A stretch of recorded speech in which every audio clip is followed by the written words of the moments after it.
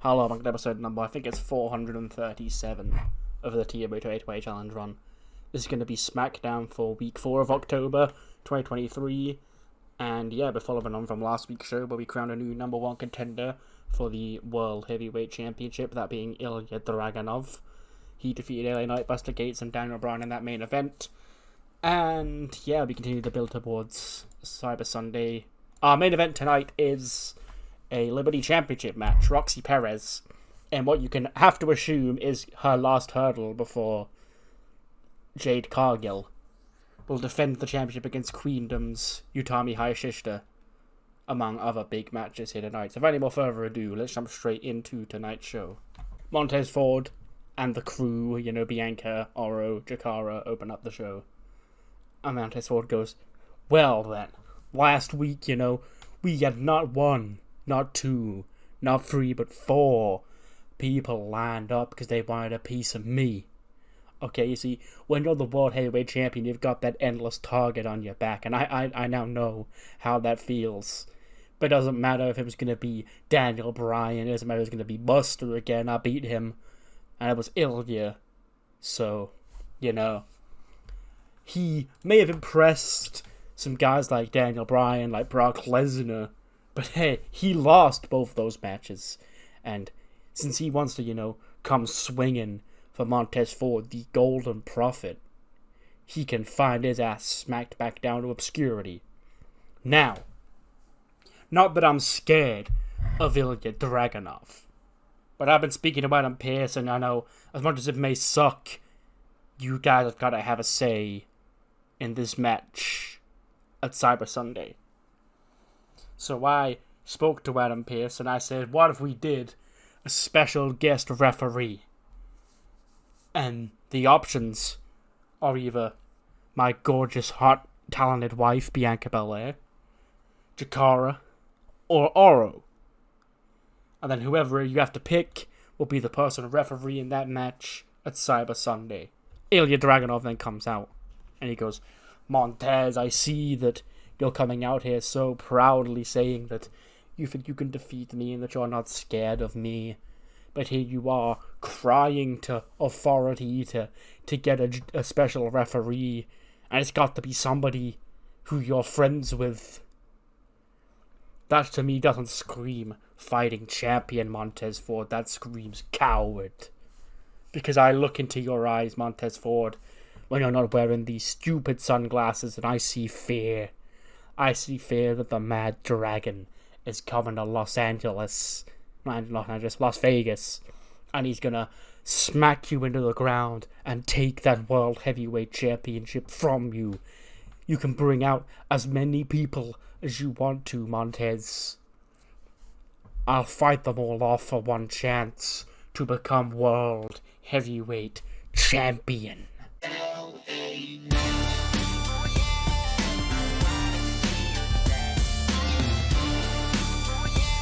LA Knight comes out to a big pop. Goes, let me talk to you. Now you see, Montez Ford, a little birdie, was in my ear backstage just now, and I couldn't help but hear you, yapping out because you love the sound of your own voice. Yeah. And I hear you're running down last week's main event, and that fatal 4-way, you said you didn't care if it was Daniel Bryan, you didn't care if it was Buster, and you didn't care if it was Ilya, but there was one person's name in that match, Montez Ford, that you didn't mention. That man, of course, being the man that you were afraid was going to win and challenge you for the World Heavyweight Championship. That man being L.A. Knight. Yeah. Now, I see you're coming in here. You got your game plan. I appreciate that. When you're a champion like you've got to have your game plan. You got your 3 lapdogs right behind you, looking to keep you that championship on your shoulder. But here's the thing. I'm still stiffing around that goal, and I don't care if it's you or if it's the Mad Dragon over here. I'm gonna be the one to take that World Heavyweight Championship. So in the interest of fairness, if these people want to vote for who the special referee is at Cyber Sunday, it shouldn't be Oro or Jakara or Bianca. It should be the megastar with everybody voting L.A. Knight. I came to play. There's a price to pay. Time for you to get down on your knees and pray. You say goodbye to the good old days. They never come Out comes The Miz. He goes, LA Knight, you sure do love to run your mouth. And trust me, I know a thing or two about running my mouth because I do it a lot too.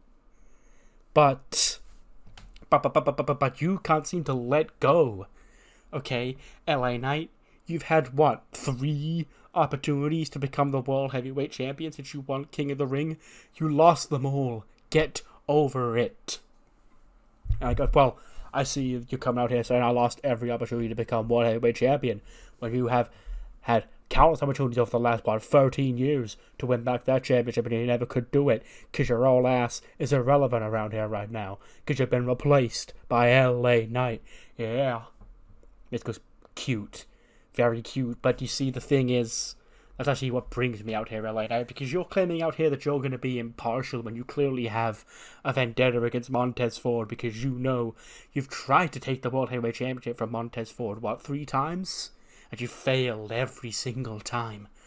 So if you were to be elected special guest referee at Cyber Sunday, you would favor Ilya Dragunov, and you wouldn't be a fair referee, a fair official at this match, this World Heavyweight Championship match would need, because you've got vested interest. But you know who would be impartial? You know who the people would vote for to be the special guest referee at Cyber Sunday? Me. Because I'm the Miz and everything that I touch is must-see. This World Heavyweight Championship match, main events. Lights are on, Las Vegas, with the Miz in the ring, calling the action down the middle as Montez Ford and Ilya Dragunov go to war. LA Knight laughs. He goes, well, you see, there's a difference between me and you, Miz. You see, you've got to come out here and beg to be elected special guest referee for this World Heavyweight Championship match because you know that's going to be the closest you're ever going to get to being World Heavyweight Champion. But LA Knight, his star's on the rise and he's going to be champion one way or the other, whether you like it or not. As a matter of fact, speaking of referees, why don't we bring one out here right now so I can whip your ass all over the XL Center? Yeah. We then head into LA Knight versus The Miz. Gets an 86. Goes 11 minutes 30. LA Knight does, of course, win with the BFT in 11:30. 85 for LA Knight, 78 for The Miz. And yeah, you know, both LA Knight and Miz trying to become special guest referee for the World Heavyweight Championship match at Cyber Sunday, but who will it end up being? We then head backstage. Kayla Braxton's with Miss Money in the Bank Florence. This is Florence, you know, over the last couple of weeks you've been, you know, putting up tests against the rest of the women's division here on SmackDown. You know, you've got another match against a rising star, Fallon Henley, later on tonight, but, you know, what's going through the mind of Miss Money in the Bank right now? You know, Kayla, a lot. You see, when you win this briefcase and you do it in your home country, of your home fans and family cheering you on, it sort of becomes, you know, your responsibility to make sure that you can cash this in correctly. Because I don't want to go all the way to my home country, win this, and then not become champion. Because that's not what winners do, Kayla. Now, as far as when I'm going to cash this in, you know, I'm still waiting for the perfect time and the perfect place. Now, you know, Io, she's got, you know, her hands full at Cyber Sunday next weekend against either Bianca or Dakota or Asuka. Inside a steel cage, no less. That's quite a poodle match, don't you think, Kayla, you know? Maybe I'll take an invested interest in that one, but also maybe I can take this and guarantee my spot in a main event at WrestleMania 40. Time will have to tell. That's when Cammy, like, just walks in, just looks at Florence, he goes, you know, I was wondering when we'd hear from you. You know, building this empire, this queendom that we've built here on SmackDown. You have to take in any and all potential obstacles that will have to be overcome. And you, with that case, you were a very large obstacle that we had to consider, Florence. So I'm just warning you. You gave a really heartfelt speech just now about not wanting to, you know, let your family and friends down after you won that case in England. So I think you'll know, just as well as we do, that trying to cash in on the Women's World Champion, the Josie Judas, the Genius of the Sky, that's not going to be smart. Because sooner or later everybody bows down to the queens. And that includes you. But you know that, right? You remember the history. You remember the queendom, where we came from. Think about it. Flash just sort of just looks off awkwardly as Cammy walks away. We then see Swerve, Bando, Bronco, and Nemo and Lucian Price just chilling like backstage, wherever they chill. And so it goes last week, the Mogul affiliates, they got off to a rockin' start when our guys out the mud. They got out the mud and they picked up a victorious win over those damn... Who they even beat? I don't think it was anybody important, was it? I don't believe so, no. They beat somebody. It might have been, it was either the French people or it was nobody. Nobody of like any note. Because, well, what's next for me is John Cena. But my boys here, Bronco and Lucian, they got a point to prove. So this is our challenge. AJ, Shanky, if you still think you're all that, and you haven't given up on this little thing called wrestling, now you haven't got my coattails to ride off of anymore, you bring your ass to Las Vegas. Bronco and Lucian will beat your asses and send you back to where you belong. Which is nowhere near the Swerve Scott era.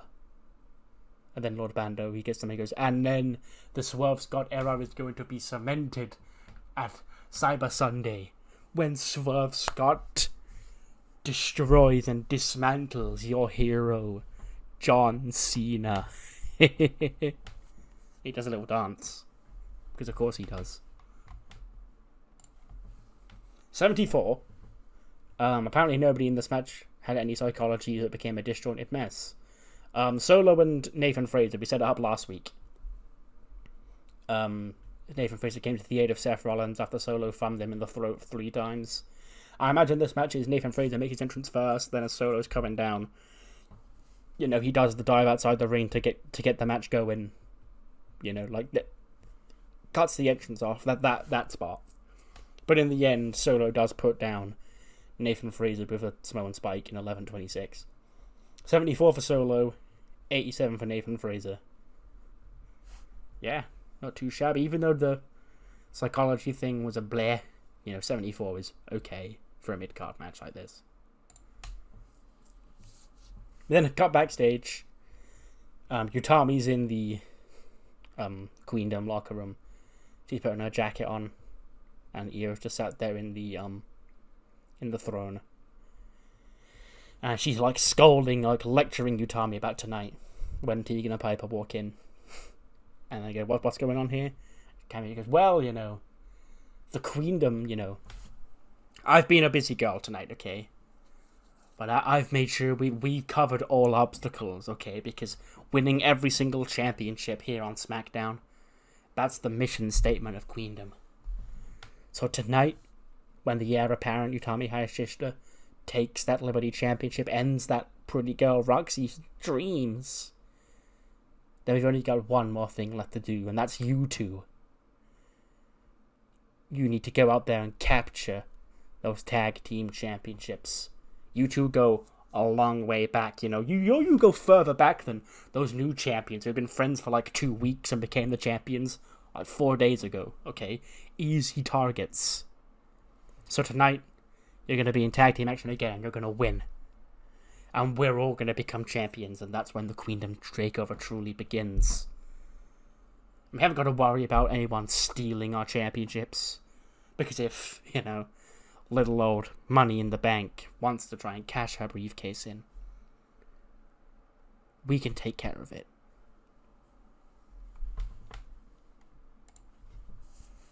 We then get this, which is just a hype video. They do these a lot when there's like an IC title match on Raw, where they just like talk about the belt and like hype it up as a big time match, because this is our main event tonight. We want to, in the short lineage of the Liberty Championship, from Shotzi to Cora, Roxy, AJ, back to Roxy, and then of course with Jade looming. We want to make this feel like a big deal. So yeah, our main event tonight for the Liberty Championship, Roxy Perez against Utami. 80 rated match, holy fucking shit. I didn't expect that. Florence does pick up the win over Fallon Henley.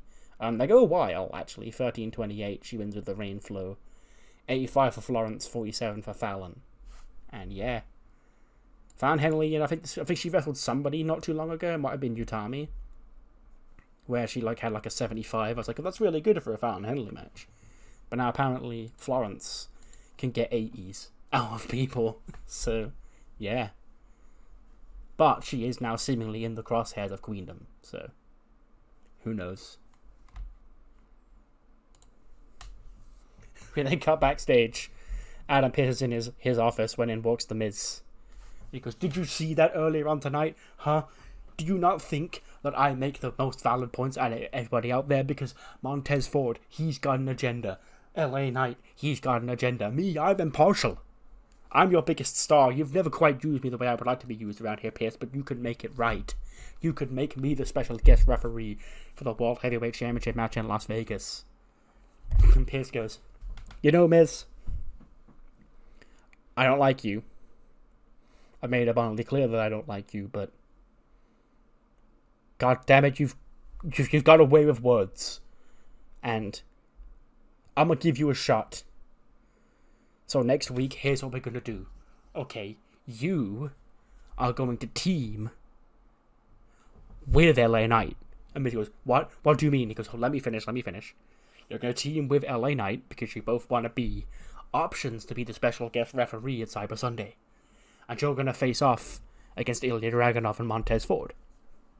And if you win, then you'll both be options for being special guest referees for the World Heavyweight Championship match at Cyber Sunday, along with whichever member of Montez Ford's posse he wants to nominate for that role.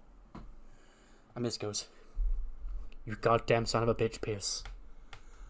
I won't let you down. I'll carry that bum-ass LA Knight to victory. You'll see. And then Miz storms out of the office, and then in walks Carmelo Hayes. Pierce goes, Mr. Hayes, how can I help you?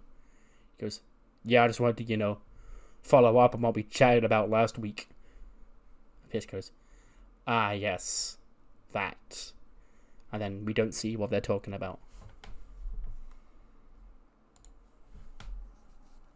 We then cut not backstage, then get a pre-tape of, we just see, somebody binge-watching, a show, probably an anime or a show or something like that. And then the camera just, the television just turns off, and we see, in the reflection, we see Keith Lee. And he just sits and goes, woo, 1,000 episodes in 2 weeks. Really is impressive for a man like me. And he's takes a handful of crisps or something, just sees himself in the mirror, in the reflection. And he's just like, I really need to get a job. Right. I know what you're thinking. Connor, didn't you say that Keith Lee had left properly and his contract had expired after he lost the I Quit match at No Mercy? I did. But I was digging about with my friends in Discord, and we came up with a funny thing for him, a funny gimmick for him. So he's back. I've got a role for him. The reason I was going to let him go in the first place was because his contract came up and I didn't have a role for him. So I was like, yeah, I can just let him go. And now I have a role I want for him. But I had to address him no longer being employed. So we are going to start running what I'm quite excited for, because I think they're going to be quite funny. Vignettes of unemployed Keith Lee looking for a job. And I assure you, if I can tell the story correctly, Keith he'll be in good hands come the end of it. Let's just leave it at that. But he is back. I've re-signed him. His contract did expire, but that's why he's got a new gimmick, because he was actually gone. And then I thought of a funny thing for him right after he left. And I thought, oh, well, I've just ran him off. So now he's back. We then cut to the ring. Daniel Bryan and Miles Bourne are in the ring. And Bryan is not happy. He goes, "You all witnessed a travesty unfold before your very eyes last week. You see, it was proven back at SummerSlam that I am the greatest professional wrestler on the planet. Hence why people like Miles Bourne stand by my side, because they want to learn from me. But last week, when I should have won the right to challenge for the World Heavyweight Championship, I didn't. Ilya Dragunov. I've already beaten Ilya Dragunov. But he's the man who's going to get the title shot against Montez Ford at Cyber Sunday, and not me, even though I'm the one who deserves it. And now I could sit here and blame myself for defeat, but we all know I'm not the problem, because I beat Okada. I beat Ilya. I could blame LA Knight. And trust me, he's not innocent. He may be your flavor of the month now, just like I was your flavor of the month a decade ago. That goes away, LA Knight, and I'm gonna be here laughing when it does. I could blame that Buster Gates, and he does hold some of the blame by being so incompetent that he got pinned by Ilya Dragunov. Or I could blame Miles. And Miles Bourne sort of looks confused. He goes, "Miles, last week I told you to go out there and stay back here and watch how I performed in that main event, and having you, taking me in and, using me as guidance from backstage, taking notes on everything I did to perfection. Even the greatest of all time, they sometimes have their off days. And I think the pressure of my new student, who I'm going to mold into a killer, watching me for the first time since he's been under my wing, got to me. So, Miles, if you weren't there, I would have been on my A game, but I think the thought of you watching was what really put me off last week. So, for what you did, this is going to be some tough love, kid. You need to be punished." And then he, orders him to stand in the middle of the ring. And he, kicks him in the shins, and he goes down on his knees. Bryan starts just kicking the fuck out of his chest with them stiff kicks. He probably even knocks to the floor and starts doing, the head stomps on Miles Bourne, which they're not breaking up. This is just what he does to, this is his tough coaching. He's stomping the fuck out of Miles Bourne on the floor, to uncomfortable levels. But everyone's like, what the fuck is he doing? That's when Buster Gates and the Revolution do come out. And Buster goes, "Bryan, what you doing, You mentioned it just now that, you used to be these people's favorite. They loved you. They'd go, yes, yes, yes, alongside you. And now here you are, petty. Yes, you are one of the greatest of all time. No one's ever going to take that away from you, Bryan. But you're also turned into, quite a whiner recently. Look at this kid. This kid came to you to be taken under your wing, and this is how you treat him." Bryan goes, "Miles is fine, okay? This is just how we coach. This is how you become a cold-blooded killer like me. Not that you'd know about that, Buster, because you're not a cold-blooded killer. You're another one of these loud-mouth sports entertainers who's going to come out here and talk to these people." Buster goes, "Well, I'd rather be a loudmouth sports entertainer that talks to these people and, gets them behind my side through just being so charismatic and so irresistible, than being a petty, whiny little former great who has to cheat to beat Okada, who has to cheat to beat Ilya, and when he doesn't get his own way, he whines and he beats up rookies that he's trying to mold in his own direction. You see, the Revolution, we don't run like that. We're a brotherhood. We run together. If one of us comes up short, we all come up short, and it's nobody's fault. We stick together and we go again. But you You used to be the most respected man in this industry. Now I just look at you as a fragile old man, desperate for validation. And I heard what you said, saying that I wasn't good enough to beat Ilya Dragunov. Hey, that may be the case. You'll win some, you'll lose some. Ilya Dragunov, one of the most vicious, cold-blooded men to ever be in this ring. And you know, because he beat you within an inch of your life, too. But here's the thing, Bri. I'ma dust myself off, I'ma go again, and one day I will be world champion. Will you ever get to those heights again? Probably not. And Brian, you know, he's like, he's getting ready to fight. Miles gets out to his feet, and he's sort of like, should we fight him? Should we fight him? And he goes, nah, they're not worth it. Brian rolls into the barn rope. He goes, Miles, come on. And then Miles gets out as well and follows him back up the ramp. But yeah, very tense segment. Daniel Bryan beating the fuck out of his own protege. We then cut to the Chase U locker room. Andre Chase walks in again, and once again the scene is the right half of the classroom is empty. The left half has got everybody in it. That being Morgan, Thea, and Shane Reynolds gone. And Chase just slams the books down. He goes, and where was the rest of the class? Everybody goes, they haven't shown up again, Mr. Chase. I'm not sure why. I've been texting Shane all day, and Haley goes, yeah, I've been, and Thea, like, she hasn't ever returned my calls. I don't know what's going on. She goes, well, Haley, you and Thea were supposed to have a tag team match later on tonight, but she's not here. But Chase U needs to be in this women's tag team match coming up later on tonight because there is championship opportunities on the line. I don't know where those guys are. This is terrible behavior. And I'll be looking into it and I'll be dishing out punishments accordingly. They'll all be in detention when they return to class. But for now, Haley, Hams, it's going to have to be you two representing Chase U tonight in tag team action. Haley goes, well, that's, we're not used to that, but I'm sure we can do you proud, Mr. Chase. He goes, great. Any other questions? And Ham suddenly raises her hand. And Chase goes, yes. She goes, Are we all gonna be good? Is everything gonna be okay? Andre Chase goes, quite frankly, if we can get those guys back and we can talk it out, but I don't really know what's going on right now.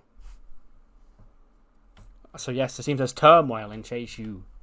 The three rebels, I guess, not showing up to class once again, which has resulted in Haley and Hams having to go at it in tag team action against Piper Niven and Tegan Knox of Queendom later on tonight.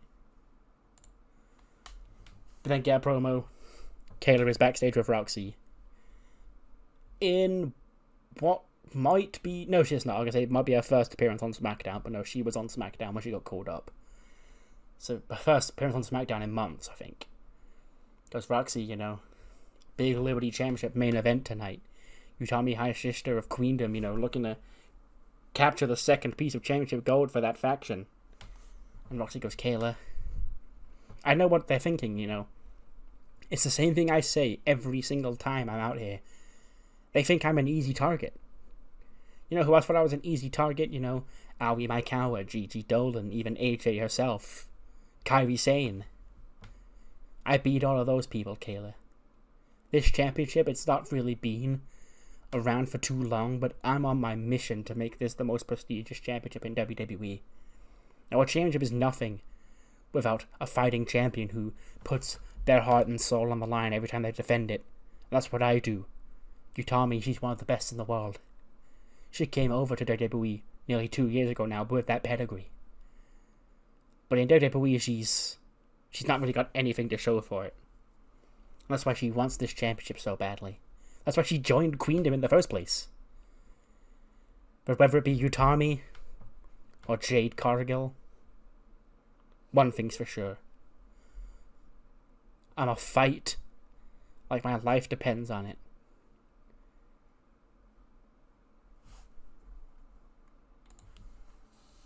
'70 rated match. Just a quick one. Bobby Fish was a filler opponent because all the other heels I had were occupied at the time. So Bobby Fish got a title shot. Pete Dunne beats him in 7 minutes 22 with the bitter end to make defense number 7 of the US title. 86 for Pete Dunne, 64 for Bobby Fish. And yeah. But after the match is where things get interesting, because Pete Dunne's celebrating his championship win, or defense even. But Bobby Fish gets up and he grabs the mic. He goes, Pete, I'm sorry, I wasn't ready. So, if you think this championship opportunity, this championship defense was impressive, you barely beat an active Bobby Fish because I wasn't prepared for this fight here tonight.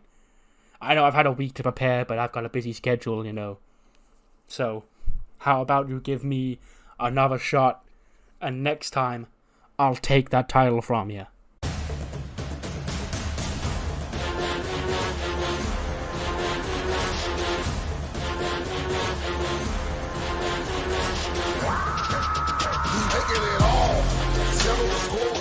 Outstorms Solo Sikoa. He storms to the ring. Imagine Pete Dunne's he's left the ring, but he's at the bottom of the ramp. So Solo's music hits and Solo storms down. He might even shoulder check Pete Dunne on his way to the ring. And he gets to the ring and he just beats the fuck out of Bobby Fish. He he does the steel chair spot, probably steel chair, hip attacks in the corner to Bobby Fish. Bobby Fish takes 3 Samoan spikes. And Bobby Fish just gets fucking killed. Maybe even a spinning solo through the table. Pete Dunne's just watching on in the ramp, though, confused at what Solo's doing out here. And I imagine when Solo goes to leave, I imagine security comes out to, check on Bobby Fish, and they, order Solo to leave. But as he does, he also grabs Pete Dunne, throws Pete Dunne on the floor, and Pete Dunne also takes a spike. And Solo stands over him, just screaming in, rage, as he storms to the back, leaving both men laid out. This segment serves 2 purposes. One, it gets Solo Sikoa targeting Pete Dunne, which was, I guess, the plan that I wanted. And 2, Bobby Fish, you might have thought, got needlessly assaulted and murdered. Because, guess who else's contract's coming up? And guess who else has done all the funny bits I want him to do on this show? And it's probably time to, move on. So, where's the lie, folks? Leave the memories alone, because this may well be, and likely will be, because unlike Keith Lee, Bobby Fish has one funny bit. And that funny bit is, it has a shelf life. So, that likely will be the write-off of Mr. Fish. Where's the lie in that? We then cut to the D'Angelo family. They're at their restaurant. But big problem, Cass is missing, after last week when Bronson Steiner beat him up. Tony D, though, you can see he's thinking about it. He's twirling the spaghetti around his fork, but he's not eating. And Stacks will, nudge him. He goes, hey, Don, what's up? You barely touched your spaghetti and meatballs. He goes, it's Cass. I thought big problem, Cass. I thought he was invincible. I thought the family were invincible behind a guy like that. But last week, that Bronson Steiner, he took him out. Stats goes, boss, Don, he's going to be fine, He needs to recover after we lost our match, and then, the family goes back again. We got a big problem back. Tony goes, no. That may be true, Stack, but I need to avenge Big Cash. I'm a fight Bronson Steiner myself.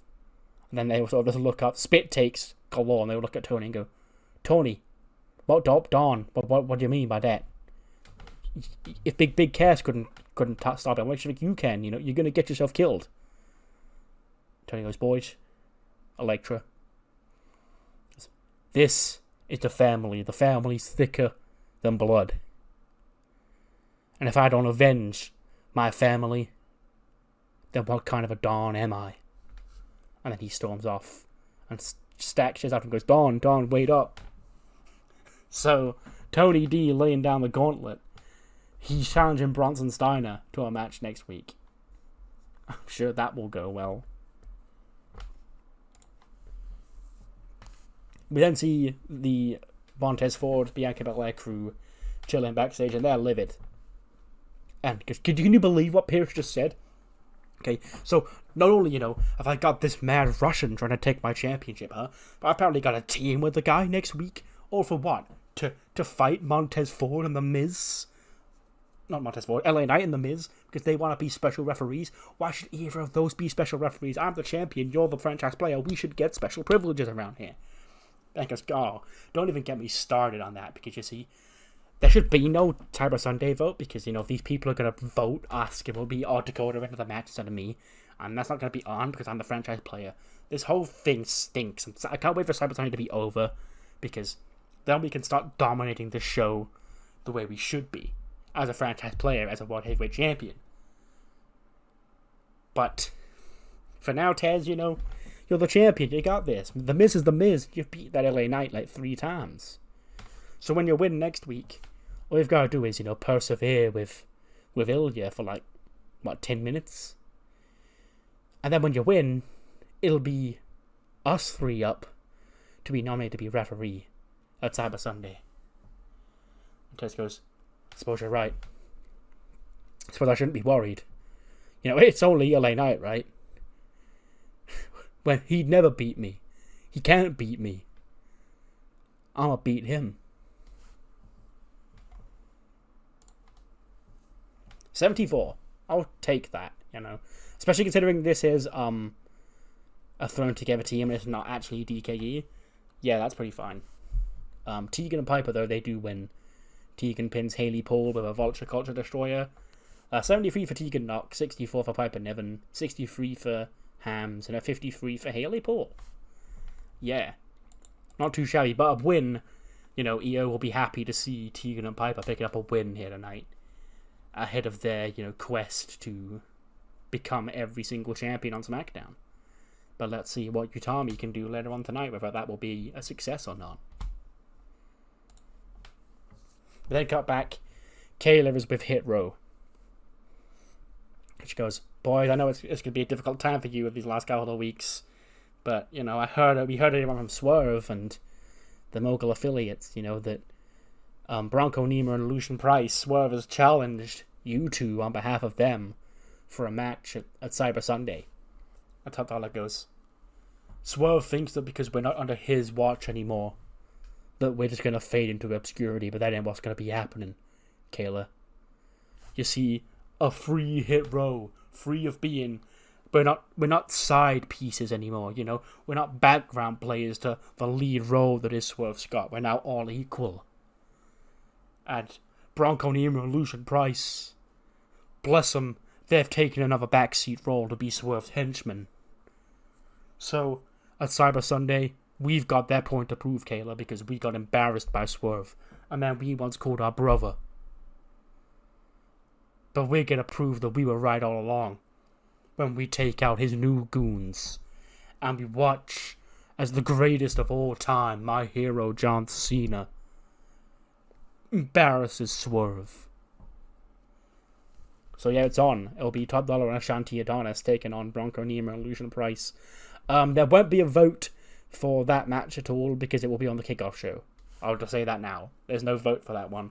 It's the only match there. Well, technically there's not a vote for the WWE Championship match, but in kayfabe there is.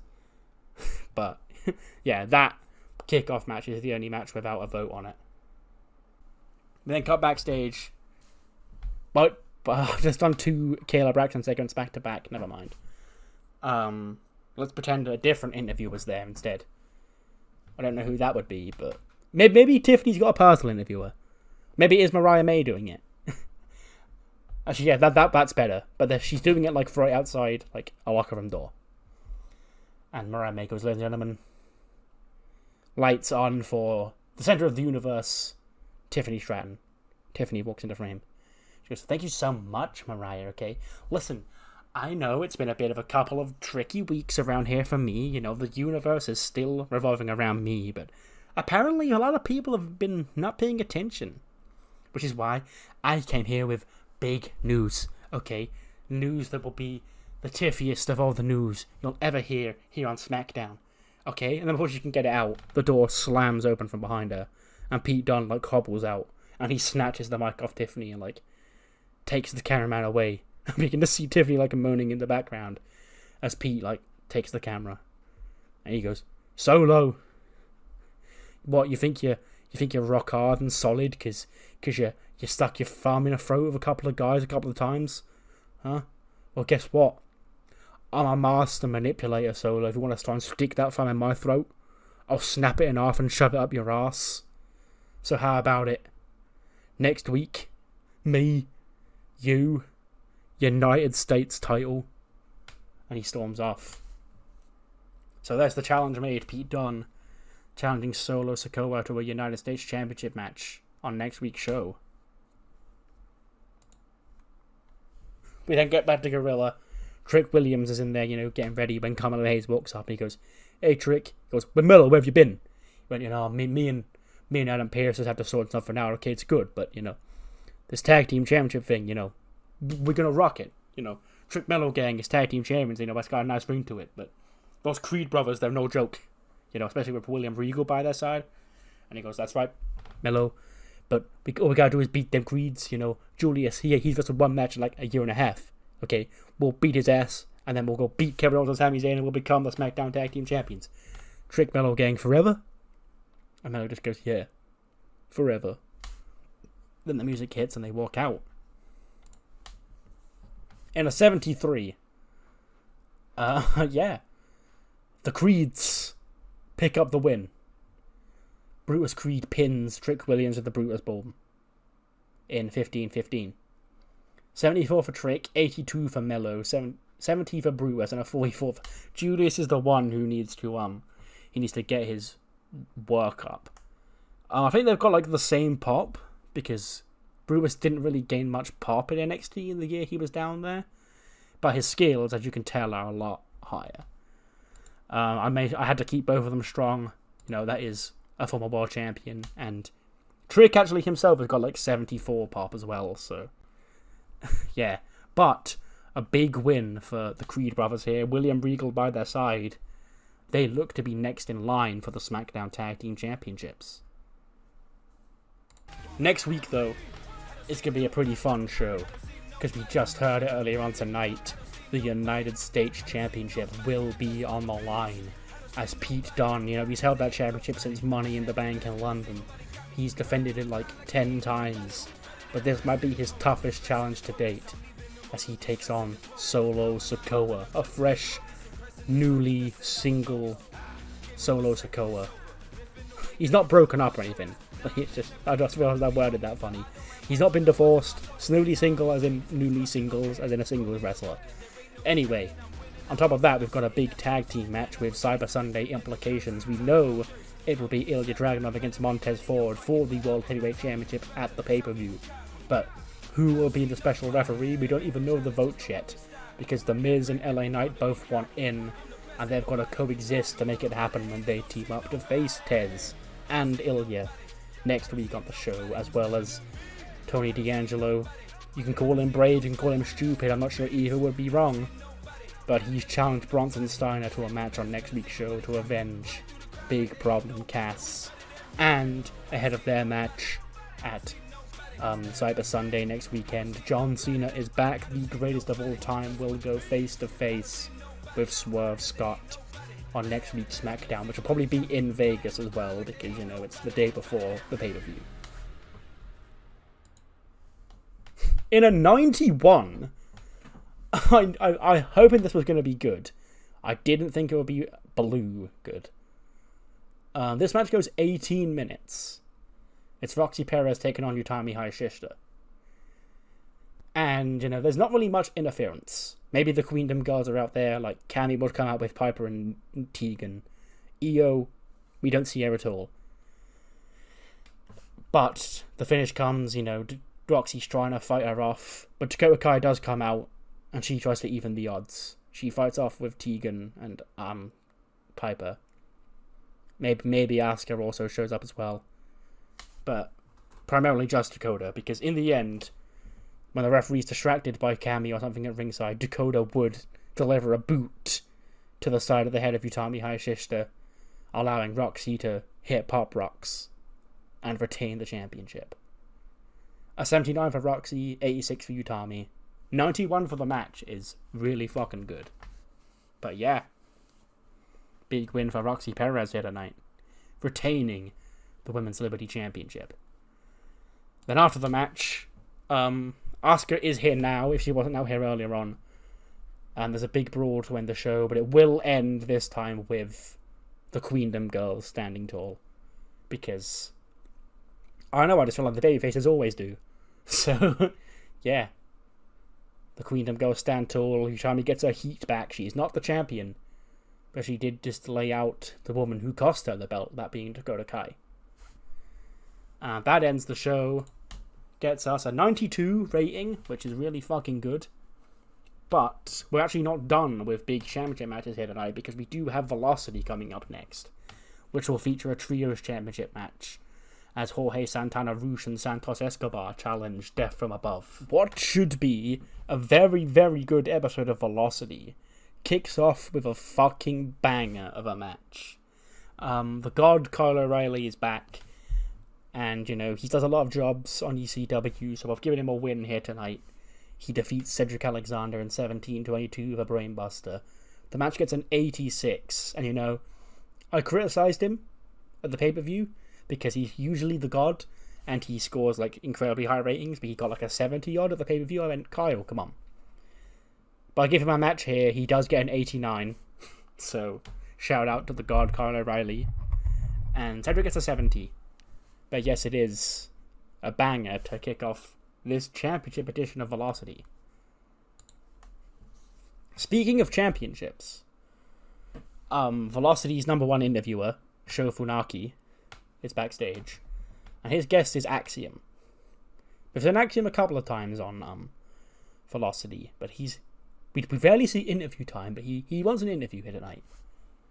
And Funaki goes, Mr. Axiom, and he goes, I'm gonna cut you off, Funaki, you know, I respect you, you are the greatest journalist in the history of WWE.